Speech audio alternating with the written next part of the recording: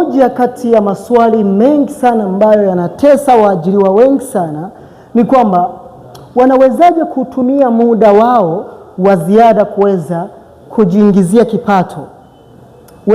Waajiriwa wengi wanakomea kwenye financial security, maana yake kipato wanachokipata kinaishia kwenye matumizi ambayo wanayafanya aidha kwa siku au kwa mwezi.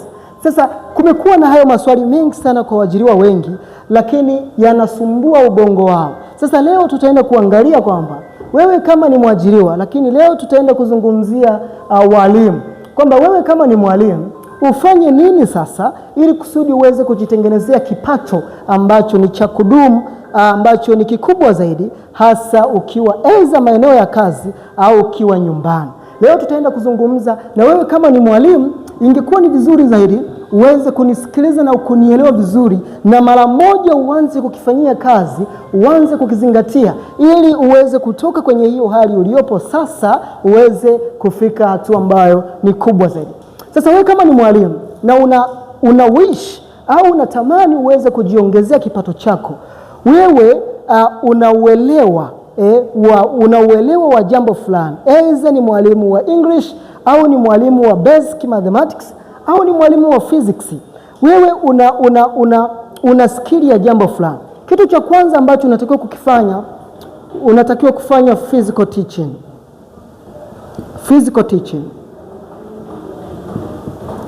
Physical teaching inamaanisha nini? Physical teaching inamaanisha katika ule muda wa ziada una uwezo wa kuanza kufundisha. Unaanza kufundisha aidha uanzishe tuition center. Na kuna masomo mazuri ambao huaga nayatoa namna gani ya kuweza kutengeneza tuition center nzuri kwa walimu, ambayo ningependa vile vile uweze kunitafuta ili niweze kukuunganisha kwenye yale masomo uweze kujifunza zaidi. Lakini tuition center mwalimu ambao ningependa uanze kuifanya ni kwamba wewe kama ni gwiji wa physics, wewe kama ni gwiji wa English, wewe kama ni gwiji wa basic mathematics, unatakiwa usihusike wewe moja kwa moja kwenye hiyo tuition center, ila tafuta watu watatu ambao ni nguri kwenye hilo eneo. Aidha utafute watu ambao wanauelewa tofauti katika masomo mengine ambayo yanasharabiana. Aidha kama wewe ni upande wa science, utafute mtu ambaye anajua biology, mtu ambaye anajua physics, mtu ambaye anajua basic au pure mathematics. Hao watu ukishawapata hao vijana watatu, wewe watu ambao wameiva, sasa hawa ndo uwatumie vizuri. Kwa kuwa wewe ni mwalimu tayari, upo kwenye taasisi hiyo, haitakuia ugumu wowote, kwa sababu tuition center yako itakuwa inatokea hapo shuleni. Kwa una uwezo wa kuchagua darasa moja wapo, ukawaajiri hawa vijana wakaanza kufundisha, wakawa wanafundisha, lakini wewe ukawa ni mhusika ambaye sio wa moja kwa moja, ila tunaweza tukasema kwamba ni mhusika wa mwisho wa kukagua hawa vijana wakiwa wanafanya kazi. Ni mtu ambaye unakuja kukagua kazi yako ikiwa inafanyika. Kumbuka kwamba usifikirie kwamba kuanzisha tuition center ambako wana pesa nyingi. Hapana, tunasema ni wazo. Tafuta hao vijana wengi sana hapo mtaani. Tuna watu wengi ambao wamemaliza sasa hivi vyuo, wana skills za kutosha. Tafuta hawa watu, hawana kazi huko mtaani, waambie waanze kufundisha, utawalipa mwisho wa mwezi. Wakianza kufundisha, anza kudini wanafunzi waweze kutoa hela vizuri. Halafu baadaye sasa uwe unawalipa hao vijana, wewe ukiwa unabakiza kiasi fulani ambacho ni kikubwa zaidi. Kwa ukitengeneza tuition center itakuwa ni jambo ambalo ni zuri zaidi.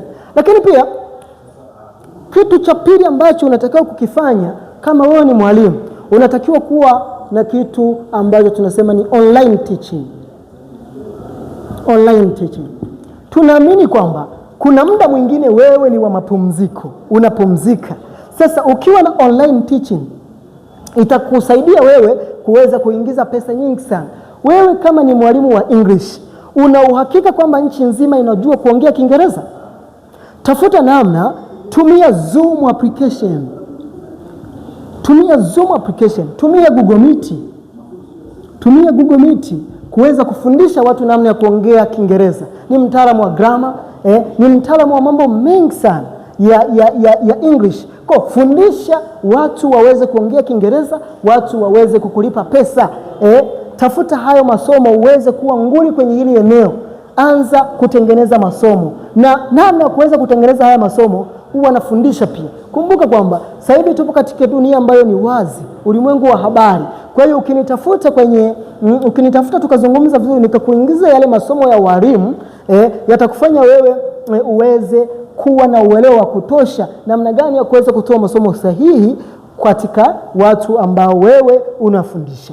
Kwa fundisha Kiingereza watu waweze kukupa pesa ili uweze kuweza kusogea zaidi katika maisha yako. Usitegemee mshahara pekee, maana unachopewa hicho tunasema ni financial security, kinatosha tu matumizi, na wakati mwingine hakitoshi matumizi yako kama una matumizi ambayo ni marefu sana. Lakini kuwa na short video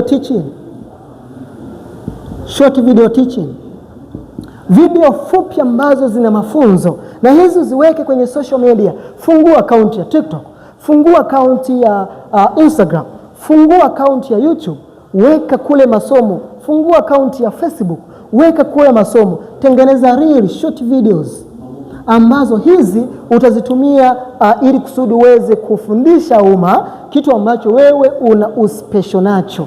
Na ukifanya hivyo, watu wengi watakufahamu, watu wengi watakufuata, waweze kupata material kutoka kwako. Utakuwa umejitengenezea brandi. Hata kama ukianzisha kitu fulani, itakuwa ni rahisi zaidi watu kuweza kukukubali moja kwa moja, kwa sababu sio mara ya kwanza kukuona. Kwa kama wewe ni mwalimu, unapaswa uweze kufanya mambo haya ili kusudi uweze kujitengenezea kipato ambacho ni kikubwa zaidi, hasa katika muda wako wa ziada. Lakini pia kuwa writer, mwandishi wa vitabu.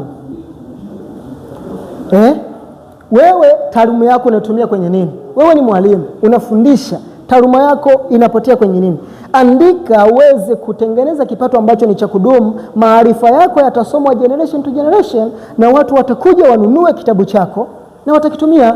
Na kumbuka kwamba hata wewe mwalimu, kuna vitu ambavyo unavisoma ambavyo vimeandikwa na watu wengine. Sio dhambi na wewe kuweza kuandika maarifa yako kwenye vitabu ili generation itakuja isome hicho kitabu chako, na una uwezo wa kuweza kupata pesa zaidi na zaidi.